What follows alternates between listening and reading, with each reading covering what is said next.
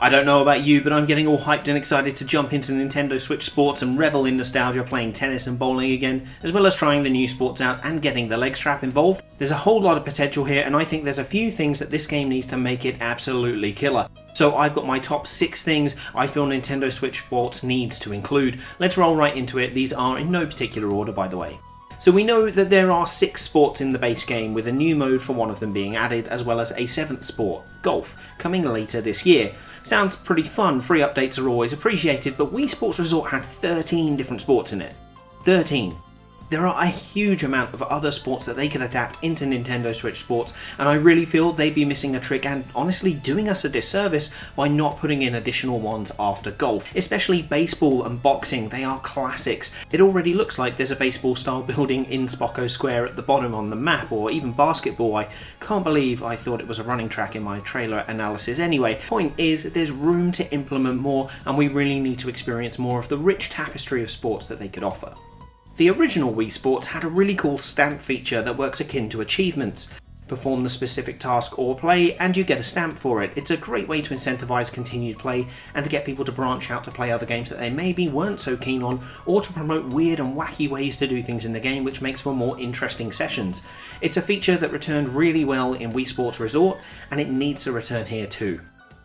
So this is a bit typical coming from a fitness YouTuber, but Nintendo Switch Sports is the perfect storm of party play and active gaming, so an active mode would be something incredible to see in this game, to encourage people to actually move around during gameplay and use it as part of an active lifestyle. This is something that could work really well with a leg strap as well to indicate more body movement. You could use a rudimentary caloric calculator just like the Just Dance system to give a basic indicator of calories burnt per session, or use a running total of active time like Ring Fit Adventure does to create a decent sense of accomplishment. Would it be super accurate? Not if it used the calories without taking weight, height or age, but even a basic calculator could give some incentive.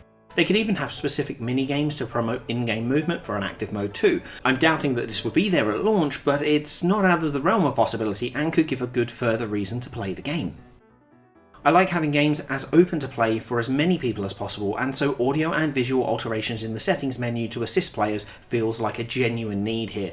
Whether it's having the blue movement cues show up in different colours, be bigger, or have more audio cueing to help navigate gameplay or menus, different text sizes, optional text boxes, these are all suggestions for toggleable options that wouldn't impact gameplay for those who don't need it, but would really assist those who do.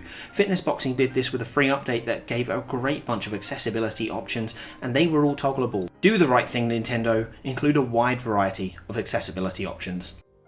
Now, since we were just talking about sounds, the game is tickling the nostalgia strings for a lot of people, despite the generic looking sports people. And a huge trigger for nostalgia can be music and sound. Those familiar sounds can evoke great memories, and I know I wasn't the only one who got excited during the Direct when that familiar Wii Sports theme played. So give us the option to use classic music and even sound effects. It would be a great nod to those who want it. I like modern remixes and covers of songs like anyone else does, but sometimes I love hearing those classic sounds. So playing into that nostalgia, having it available, even if it's an unlockable option, would be amazing.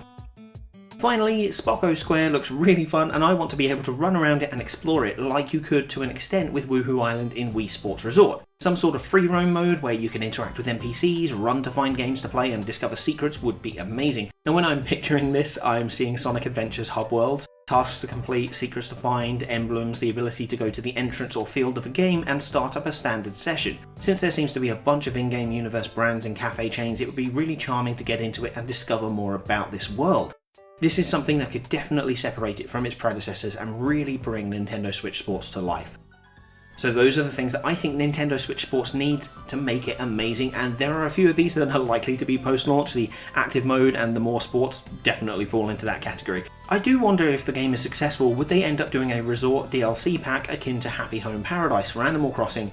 Who knows? But what do you think the game needs to be successful? And don't you dare say me's, because they're already in the damn game. Let me know in the comments, and as always, please like, share and subscribe, and thank you to you for watching. Also, thanks to my amazing patrons like Rain, I Love Waffles 1311 and SickHippie for the amazing support through Patreon.